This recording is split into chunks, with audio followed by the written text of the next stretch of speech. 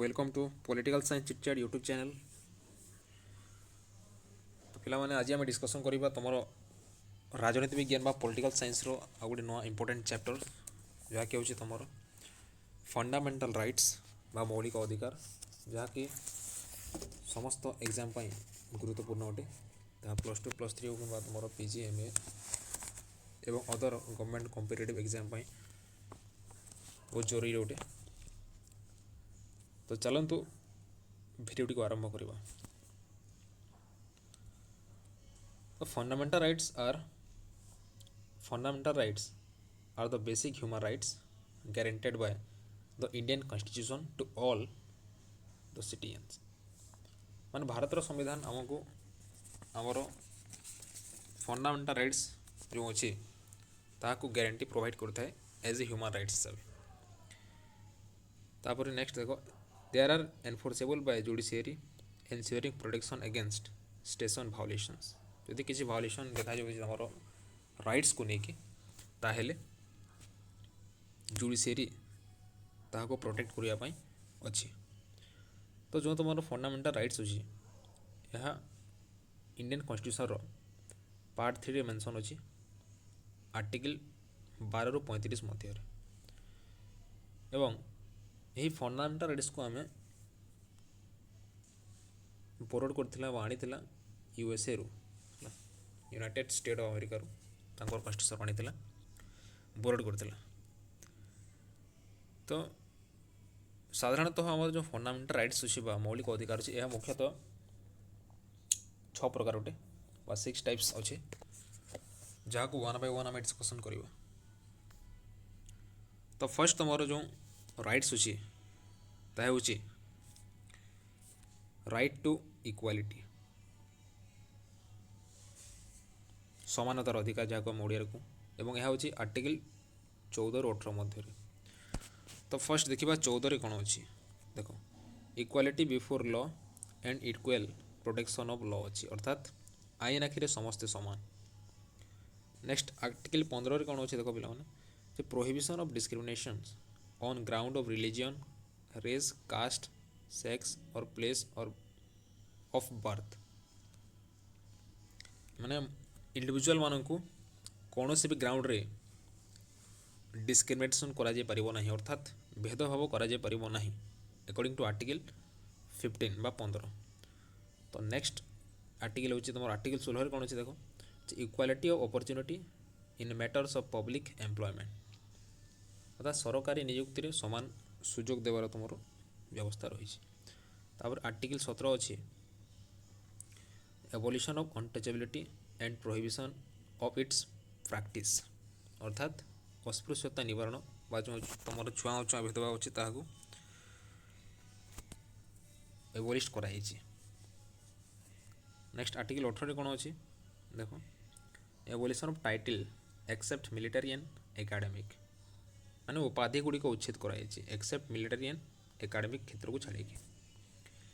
हूँ तुम right to freedom बा स्वाधीनतार अधिकार जहाँकि अच्छे तुम आर्टिकल 19 ରୁ 22 मध्य अच्छी। तो आर्टिकल 19 मुख्यतः 6टी फ्रीडम फर्स्ट डिस्कस कराई देख 6टा फ्रीडम जो अच्छी तुम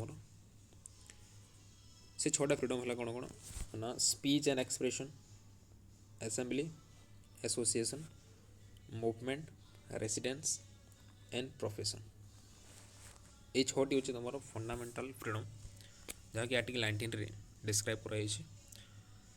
तापर आर्टिकल 20 रे कौन अच्छे देख पे protection in respect of conviction for offence अच्छे अर्थात सिद्ध दोषीर सुरक्षा उपर डिस्क्राइब कराई आर्टिकल 20 रे। नेक्स्ट हूँ तुम article 21 protection of life and personal liberty यह हूँ तुम व्यक्तिगत जीवन एवं स्वतंत्रतार सुरक्षा करने आर्टिकल लिखाई। तापर अच्छे आर्टिकल 21 ए रे अच्छी कौन राइट टू एलिमेंट्री एजुकेशन पिला मानकर शिक्षागत अधिकार। आर्टिकल 22 देखा कौन अच्छे protection against arrest and detention in certain cases अर्थात बेआईन अटक जो होता है वो गिरफ्रु सुरक्षा करने आर्टिकल 22 रे मेंशन कराई। नेक्स्ट देखा आर्टिकल तुम 3 फंडामेंटल राइट्स तीन नंबर तुम राइट्स रखिब से कौन अच्छी राइट एगेन्स्ट एक्सप्लोटेशंस शोषण विरोध अधिकार अच्छी जहाँकि आर्टिकल 23 ରୁ 24 वर्णित अच्छी। तो 23 कौन अच्छी देखा 23 अच्छे तुम जो prohibition of traffic in human being and force labour उपर अच्छी अर्थात तुम जो बेठी बेगारी निषिद्ध एगुड़िक कराई आर्टिकल 23 अच्छी माने मनीष मान कृतदास जो रखार व्यवस्था था ताकू मना कराई बुझीगला कि तुम जो अच्छे जे बाध्यतामूलक तुम कौन मनुष्य को कार्य रखिपर ना जोर जबरदस्ती। नेक्स्ट अच्छी तुम आर्टिकल 24 कौन अच्छे देख prohibition of employment of children in factories विपज्जनक कार्य मान शिशु मान नियुक्त करने को मना कराई माने 14 वर्ष रु कम बयस शिशु मान कौन विपज्जनक कार्य माने नियुक्त करा फॉर एग्जांपल तुम जो अच्छी माइन्स है खनि मान है इंडस्ट्री मान है कल कारखाना मान है तो ये जगह गुड़िक।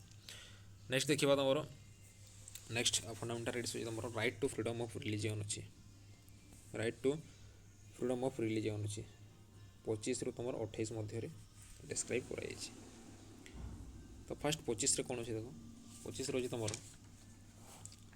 Freedom of conscience and free profession practice and propagation of religion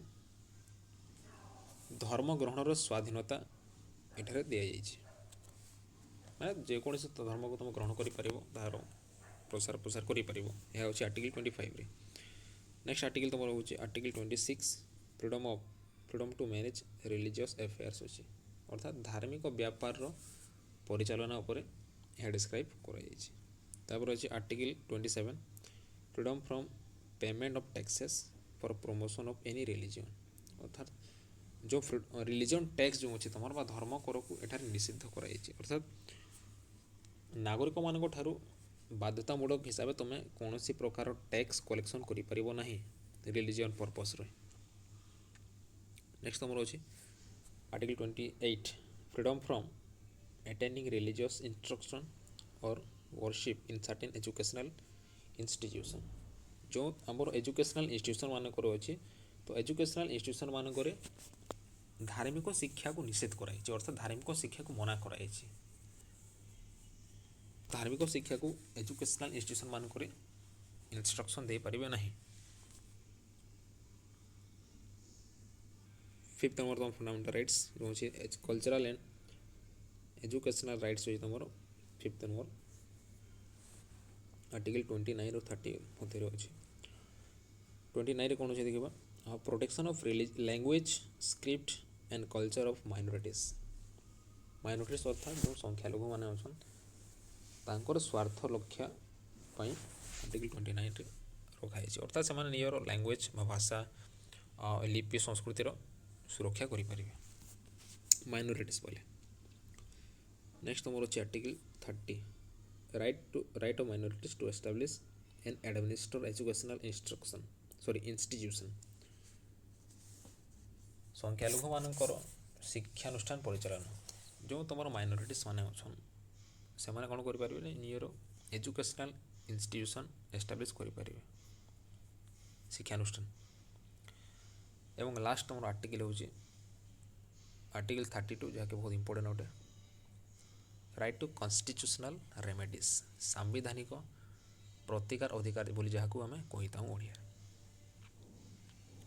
तो ये तुम 5टी रिट्स डिस्क्राइब कराई जहाँ को सुप्रीम कोर्ट एनफोर्स करते in case of violation of fundamental rights.